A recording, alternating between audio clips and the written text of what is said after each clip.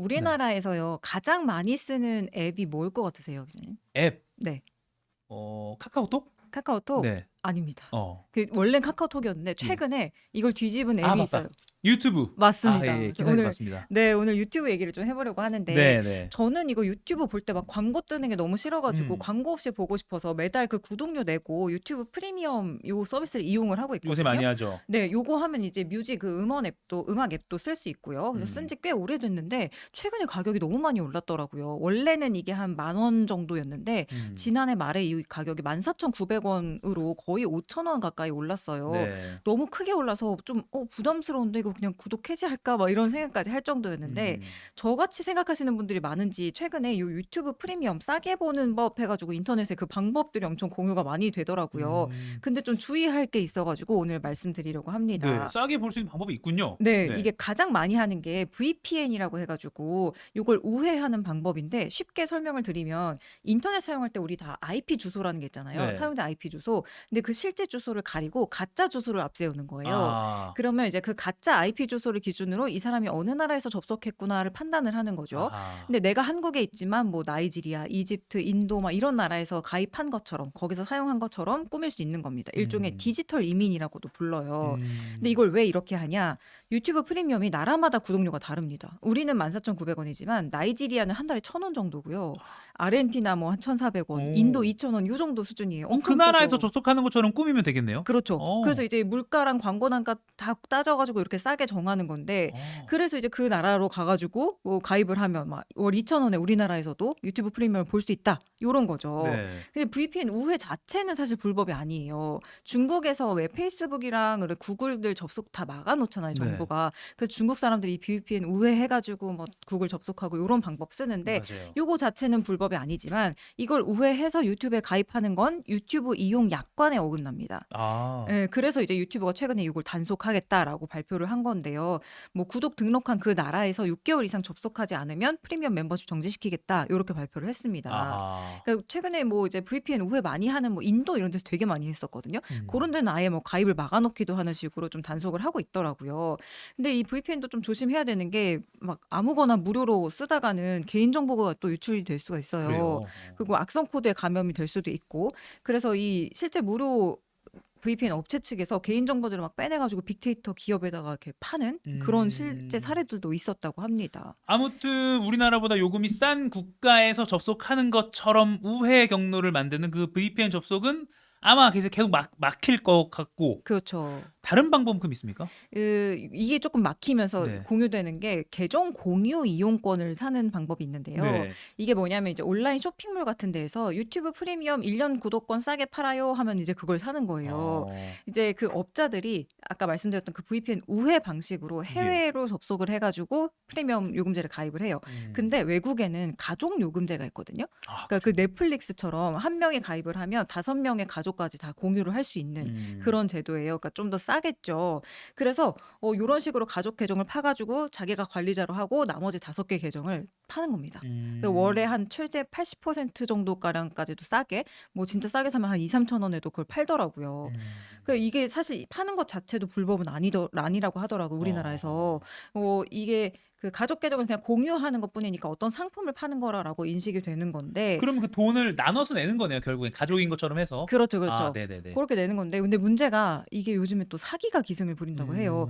구독권 1 년치 팔아요 해 놓고 실제로는 뭐 한 달만 이용하고 그다음에 이제 끝난다거나 아니면은 판매자가 갑자기 잠적을 해 버린다거나 뭐 요런 식이죠. 그래서 올해 들어서 한 달 반 사이 그러니까 2월 중순 정도까지 서울시 전자상거래센터에 접수된 관련 사기 피해만 100건 정도가 된다고 합니다. 많네요. 네. 근데 이게 서울에서만 접수한 거고 사실 다른 지역은 아니고 또 피해 접수 안 한 분들도 많을 거잖아요. 그것까지 더 합치면 더 많겠죠. 물론 피해 금액 자체가 고액은 아닙니다. 뭐 1 년치니까 사실 커도 몇만 원 정도인데 이거 돌려받기가 되게 어렵다고 해요. 아. 사기를 당했어도 카드 결제했으면 좀 이용 못한 서비스에 대해서 일부 좀 지급이 이제 다시 돌아온다거나 할 수 있을지도 모르겠지만 네. 계좌 이체는 그게 거의 불가능하고 판매자 음. 잠적하면 이거 뭐 방법이 없는 거죠. 그리고 요런 거 파는 업체들이 또 해외 사이트들도 꽤 있거든요. 그런 데들에 하면 이제 소비자 불편이라든지 어떤 환불 절차나 이런 데 있어서 굉장히 복잡하고 어렵다. 그래서 좀 주의를 해야 된다. 요렇게 얘기합니다. 그래서 계정 공유 이용권을 사는 것도 약간 좀 위험이 따르네요. 그리고 그렇죠. 소액이다 보니까 이건 막 경찰에 신고하기도 맞아요. 그렇고 바로 그거예요. 범죄자들이 그런 걸 노리잖아요. 네, 맞아요. 그겁니다. 그러면 좀 당당하게 진짜로 뭐 이렇게 좀 양성화된 방법 없습니까? 싸게 보는 방법? 있는데 네. 이게 통신사를 이용하는 방법이거든요. 아, 그러니까 물론 뭐 할인율이 앞서 말씀드린 VPN 우회라든지 뭐 이 계정 이용권보다는 낮지만 그 요즘에 LGU 플러스랑 SK텔레콤에서 자기네 통신사 고객이 아니더라도 유튜브 프리미엄하고 뭐 예를 들어서 아이스크림이나 커피 쿠폰 이런 거 붙여가지고 한 달에 9,900원에 볼 수 있는 그런 상품들을 출시를 하고 있어요. 판매를 네. 하고 있어요. 그러니까 뭐 14,900원인데 그냥 9,900원에 본다 생각하시면 되죠. 근데 요것도 가격이 오를 수가 있습니다. 최근에 KT가 요 유튜브 프리미엄 구독권 상품을 판매를 했었는데 요거를 5월부터 13,900원으로 가격을 다시 올리겠다고 비싸졌네요. 발표를 했거든요. 음. 네, 그러니까 이 프리미엄 가격 자체가 높아졌으니까 우리도 올릴 수밖에 없다라는 거예요. 근데 그거는 다른 통신사도 다 마찬가지잖아요. 그래서 지금 가격 인상 검토하고 있다. 근데 아직은 아니다. 아직은 9,900원이다. 이렇게 얘기를 하더라고요. 알뜰하게 그러니까 결국 그냥 제값 내고 봐야 되는 건가 싶기도 한데 그럼 이전 기자는 어떻게 하고 있어요, 결국에? 저 그래서 고민을 하다가 발견한 게 저는 마침 또 저번 달에 핸드폰을 바꿨거든요. 아, 근데 네네네. 그때쯤에 딱 그게 가격이 오르더라고요. 음. 근데 보니까 저는 어차피 전화도 많이 하고 데이터도 많이 쓰고 해서 무제한 요금제를 쓰는데 네. 이런 고가의 무제한 요금제 중에 요즘에는 그런 OTT 상품을 무료로 이용할 수 있는 서비스가 같이 들어가 있는 것들이 있더라고요. 그러니까 그 한 10만 원대 요금제인데 거기 이제 뭐 유튜브 프리미엄 아니면 넷플릭스 이런 거 이제 볼 수 있는 그 구독권을 주는 그런 요금제예요. 아예 돈 안 내고 유튜브는. 그렇죠. 근데 오. 물론 뭐 그게 요금이 다 핸드폰 요금에 포함이 되어 있는 네네네. 그런 거겠지만 어쨌거나 요런 식으로 해서 요 요금제 같은 경우는 이번에 물어보니까 요금제가 그렇다고 비싸지는 건 아니래요. 프리미엄 가격이 오른다고 해도. 그래서 만약에 정말 뭐 전화 요금제 원래 비싼 거 쓴다. 요런 분들은 옵션 중에 혹시 이런 게 있나 한번 찾아보시고 저도 막 OTT 구독 계정 그런 거 여러 개 중에 유튜브가 제일 비싸서 그냥 이걸로 선택한 거였거든요. 그러니까 요런 식으로 활용해 보시는 것도 좋을 것 같아요. 근데 조금 이거 알아보면서 좀 너무 아쉬웠던 게 네.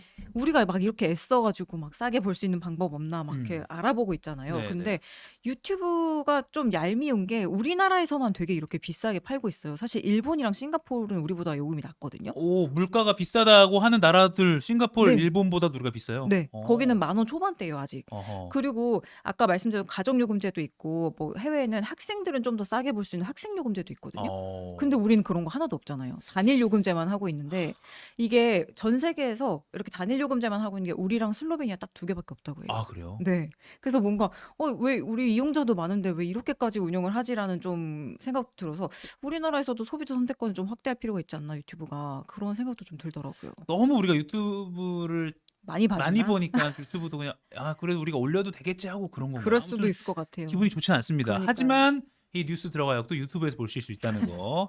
씁쓸하긴 하지만 열심히 하고 있습니다. 혹시 지금 OTT 몇 개나 구독하고 계실까요? 처음에 뭐 재밌는 컨텐츠 나오면은 한 3-4개 보다가 지금은 계속 좀 길어지고 구독료가 쌓이니까 하나씩 이제 해지해서 2개 정도 넷플릭스랑 디즈니 정도 남겨둔 상황입니다. 이영아 씨도 최근 넷플릭스를 포함한 구독 서비스 2개를 해지했습니다. 점검을 해보니 생각보다 이용하지 않는 서비스가 많아서 합해서 21,990원 정도가 월에 줄어들고 있는 것 같아요. 다른 나라도 상황은 비슷합니다. 물가 상승으로 지갑 사정이 나빠지자 온라인 동영상 서비스 OTT 다이어트에 들어간 시민이 늘고 있습니다. 외신 보도에 따르면 지난해 영국의 OTT 구독자 수는 약 200만 명, 6.5% 줄었습니다. 또 미국에선 지난해 넷플릭스와 훌루, HBO 맥스 등 OTT 구독 취소가 2021년보다 49% 늘었습니다. 지난해 세계 OTT 시장 점유율 3위였던 디즈니 플러스 구독자 수도 1분기 기준 전분기보다 400만 명, 약 2% 줄었습니다. 이런 OTT 해지엔 너무 많은 구독 서비스에 피로감을 느끼는 이른바 구독 피로 영향도 있다고 외신들은 분석합니다. 이런 가운데 시장 점유율 전 세계 1위 사업자인 넷플릭스가 캐나다, 남미 등에 이어 미국에서도 계정 공유를 금지했습니다. 함께 살지 않는 사람과 계정을 공유하려면 한 달에 7.99달러, 10,000원 이상씩 더 내라고 한 겁니다. 넷플릭스가 이제 광고를 도입하고 이렇게 계정 공유 유료화를 추구하는 것을 보면은 이 시장은 현재 레드오션 상황으로 조금씩 가까워 가고 있다. 소셜미디어엔 넷플릭스 구독 취소 해시태그와 함께 구독을 해지했다는 인증사진과 글이 잇따르고 있습니다. 과거 비밀번호 공유는 사랑이라며 계정 공유를 묵인했던 넷플릭스가 수익성이 나빠지자 돌연 입장을 바꿨단 겁니다. 넷플릭스가 밀어붙이는 건 이유가 있습니다. 지난해 계정 공유 금지를 시범 적용했던 남미의 경우 구독자가 처음엔 줄었지만 결국은 다시 늘었다고 밝혔기 때문입니다. 하지만 이번엔 영국 등 100여 개 국가로 적용이 크게 확대될 예정이어서 구독자 수에 어떤 영향을 끼칠지 예측하기 어려워 보입니다. 한국에서 언제 시행될지도 관심입니다. 자체 콘텐츠를 예전에 비해서는 덜 내고 그 경쟁력도 좀 많이 떨어진 것 같은데 만약에 계정 공유가 금지되면서 제가 내야 될 돈이 더 많게 된다면 굳이 이 구독을 계속할 이유를 못 찾아서 넷플릭스는 향후 국가별로 새로운 공유 기능을 확대 적용할 예정이라면서도 한국의 적용 시기와 방식은 미정이라고 했습니다. JTBC 송지혜입니다.